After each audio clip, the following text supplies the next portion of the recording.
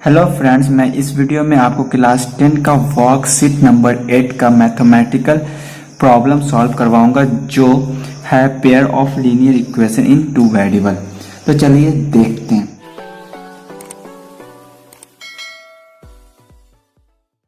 तो सबसे पहले हम इस वर्कशीट में जानेंगे कि pair of linear equation in two variable क्या होता है। तो सबसे पहले यहाँ पे वेरिएबल की बात आ रही है। तो वेरिएबल क्या होता है वो हम इस वीडियो में आपको बताएंगे।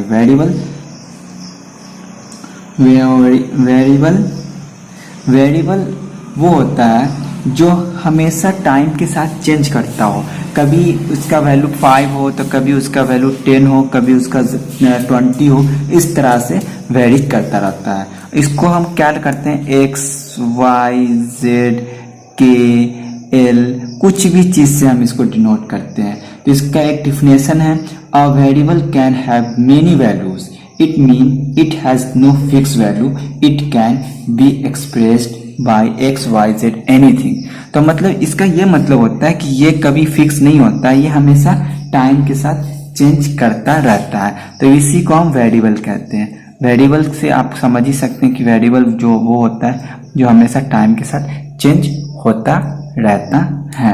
तो चलिए दूसरा चीज है linear equation in two variable. Linear equation क्या होता है? लीनियर इक्वेशन होता है the linear polynomial have a power 1 in the form of equation. मतलब एक कोई इक्वेशन दिया हुआ है a x plus b y plus c equal to 0, लेकिन इसमें ए नॉट इक्वल टू 0 होना चाहिए। ए नॉट इक्वल टू 0 होना चाहिए। इसमें क्या वेरिएबल है? एक ये वेरिएबल है, एक ये वेरिएबल है, एक्स और वाई वेरिएबल है, बाकी ए कांस्टेंट है, बी कांस्टेंट है, सी कांस्टेंट है। तो इस तरह से ये क्या हो गया, अब ए और बी, और इसमें ए भी नॉट 0 होना चाहिए और बी भी नॉट 0 होना चाहिए। ए भी नॉट 0 होना चाहिए, बी भी नॉट 0 होना चाहिए। अब इससे हम पता करेंगे एक्स और वाई की वैल्यू कैसे निकलती है, इस हम वीडियो में देखेंगे। तो सबसे पहले एक एग्जांपल के जरिए हम इस चीज को सीखते हैं। जैसे कि एग्जांपल दिया हुआ है आपके वर्कशीट में ही एक एग्जांपल दिया हुआ है, the 10 student of class 10 participate in mathematics quiz if the number of girls is 4 more than the number of boys, then represent this situation in graphical form। इसमें क्या दिया हुआ है कि एक क्लास फॉर्म, इसमें क्या दिया हुआ है कि टोटल स्टूडेंट जो है ना, टोटल स्टूडेंट जो है 10 है और इसमें गर्ल्स भी है और बॉयज भी है। तो पहले हम लेते हैं let GIRL girls equal to x, boys equal to y. तो हमको सबसे पहले पता चल गया x plus y equal to 10, एक ये पता चल गया, पहला इक्वेशन पता चल गया। दूसरा इक्वेशन क्या है कि if the number of girls is 4 more than the number of boys, मतलब x जो है हमेशा, मतलब गर्ल जो है हमेशा बॉय से ज्यादा है, 4 ज्यादा है। तो y प्लस 4 हो गया, ये दूसरा इक्वेशन बन गया, ये 2 इक्वेशन बन गया। अब हम इक्वेशन फर्स्ट को अगर सॉल्व करते हैं, तो क्या होगा, x plus y equal to 10, तो x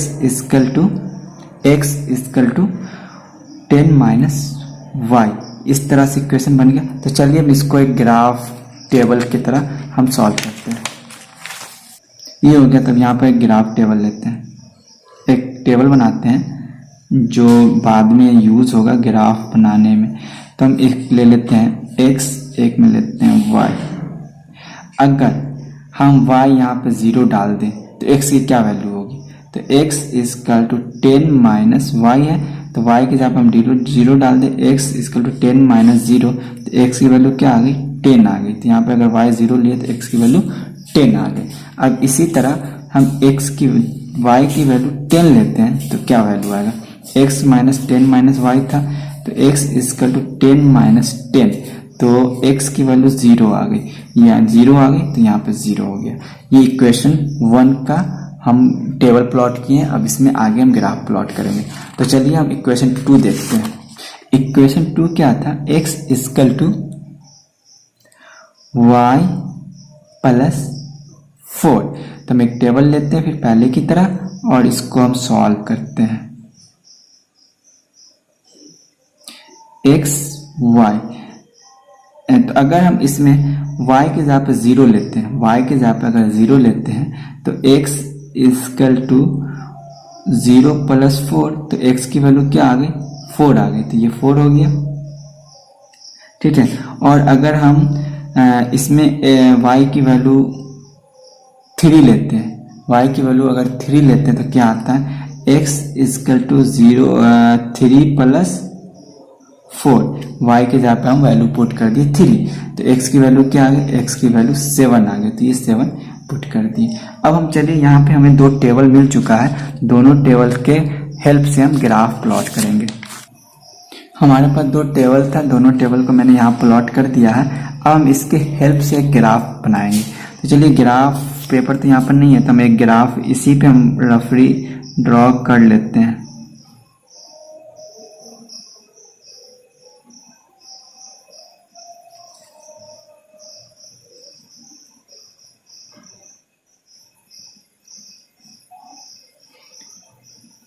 ये x एक्सिस होता है और ये y एक्सिस होता है, तो हम चलिए ड्रॉ करते हैं। इसको हम 0 लेते हैं, ये 0 हो गया, ये 2 हो गया, ये 4 हो गया, ये 6, ये 8 और ये 10 हो गया। इसी साइड ये हो गया 2 हो गया, ये 4 हो गया, ये 6 हो गया, ये 8 हो गया और ये 10 हो गया। तो सबसे पहले हम ग्राफ फर्स्ट का देखते हैं, टेबल फर्स्ट का।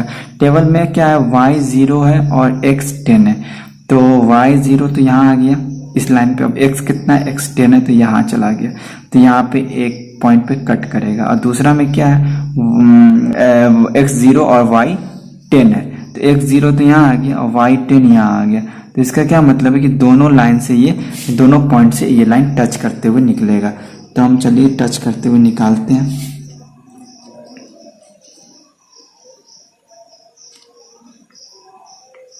टच करते हुए निकल गया। अब दूसरे टेबल की हेल्प से लेते हैं। दूसरे टेबल में क्या है, x 4 है, y 0 है, तो 4 हो गया x, और y तो इसी लाइन पे 0 होगा, तो ये 0 हो गया। अब दूसरे और उसके आगे हम देखते हैं कि x 7 है और y 3 है, तो 3 यहाँ पे आएगा, तो इससे जस्ट जाते हैं, तो यहाँ पे टच हुआ, तो यहाँ से और ये लाइन से कट करते हुए एक लाइन इधर जाएगा, ये हुआ। तो यहाँ पे एक लाइन इंटरसेक्ट हुआ, दोनों लाइन एक पॉइंट पे इंटरसेक्ट हुआ। इसी के वैल्यू यहाँ पे जो x और y की वैल्यू होगी वही हमारा आंसर होगा।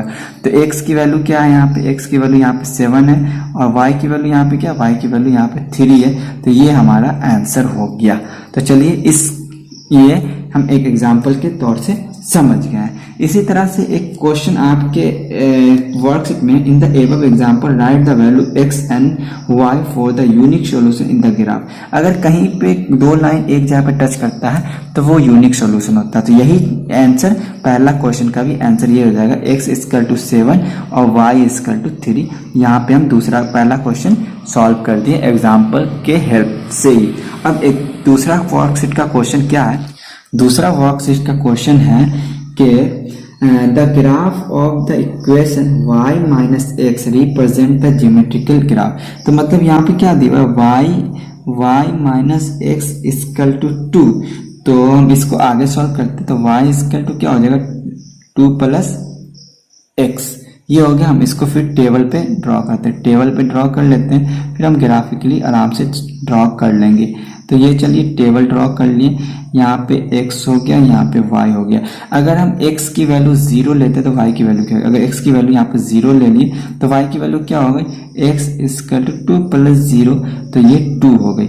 और अगर हम x की वैल्यू 2 लेते हैं तो y की वैल्यू क्या होगी, तो x की वैल्यू अगर यहाँ पे 2 लेते हैं तो 2 ले लेते हैं, तो क्या होगी, y इक्वल टू 2 प्लस 2, तो y की वैल्यू 4 हो गई, y की वैल्यू 4 हो गई। अब इसी को हम प्लॉट करते हैं, यहाँ पे एक ग्राफ प्लॉट करते हैं। तो यहाँ पे एक हम ग्राफ प्लॉट किए,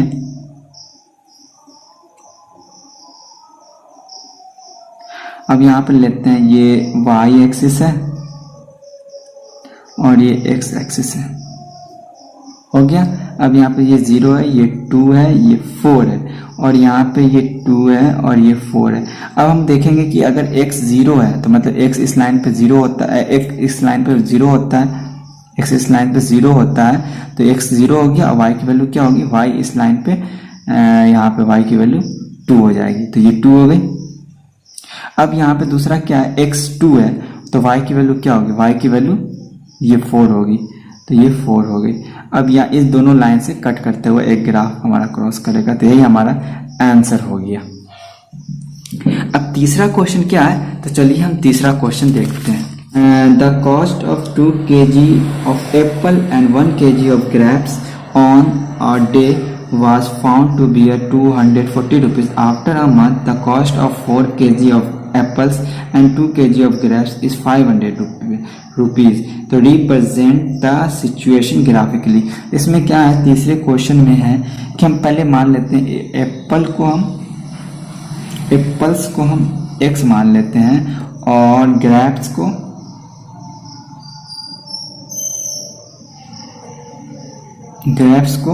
y मान लेते हैं। तो हमारा पहला इक्वेशन क्या है, 2 kg एप्पल मतलब 2 kg एप्पल और 1 kg ग्रेप्स की कीमत कितना है, 240 रुपीज़ है। तो पहला इक्वेशन ये हो गया।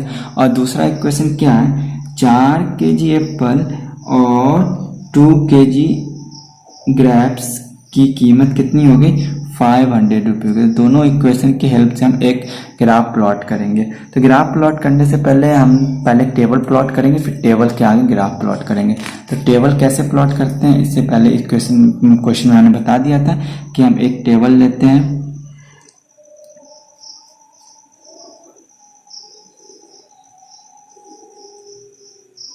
ये x हो गया।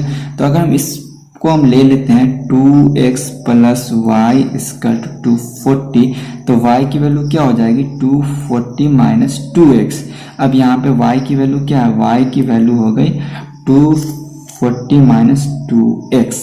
तो अगर हम x की वैल्यू 0 डालते हैं, अगर x की वैल्यू 0 डाल दी यहाँ पे, तो क्या हो गया 240 माइनस 2 इंटू 0, तो ये 0 हो गया, तो ये हो गया 240 हो गया, y की वैल्यू 240 आ गया। अब इसी दूसरे हैंड हम यहाँ पे x की वैल्यू अगर 50 मान लेते हैं, अगर x की वैल्यू 50 मान लेते हैं तो क्या होगा, y equal to 240 minus 2 into 50, तो ये हो गया 240 माइनस 100, तो ये 140 हो गया, तो ये 140 हो गया। अब दूसरा इक्वेशन के हम थ्रू फिर एक टेबल लेंगे। तो दूसरा इक्वेशन क्या है, दूसरा इक्वेशन है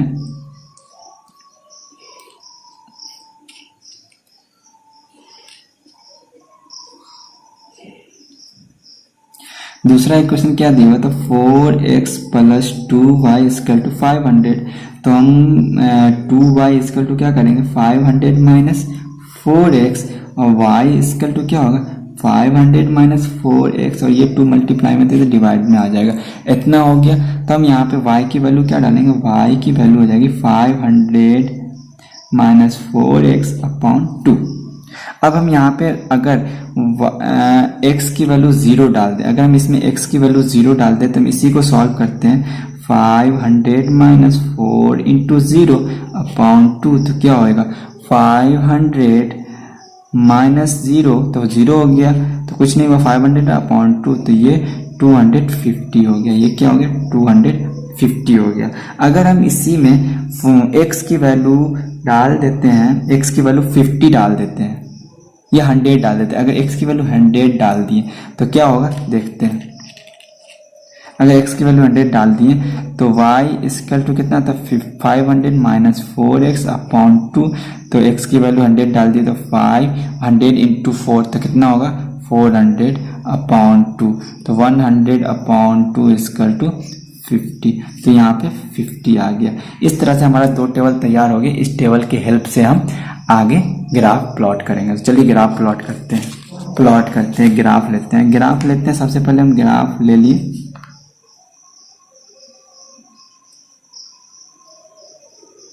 अब हम क्या करते हैं 50 100 150 200 250।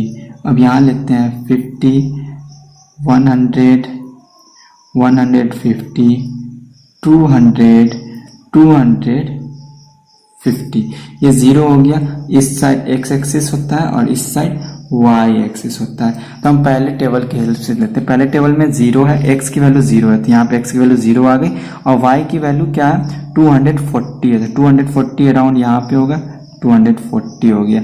और दूसरा क्या है, x की वैल्यू 50 है और x की वैल्यू यहाँ 50 आ गई और y की वैल्यू 140, तो 140 अराउंड यहाँ पे होना चाहिए, 140 तो यहाँ हो गया।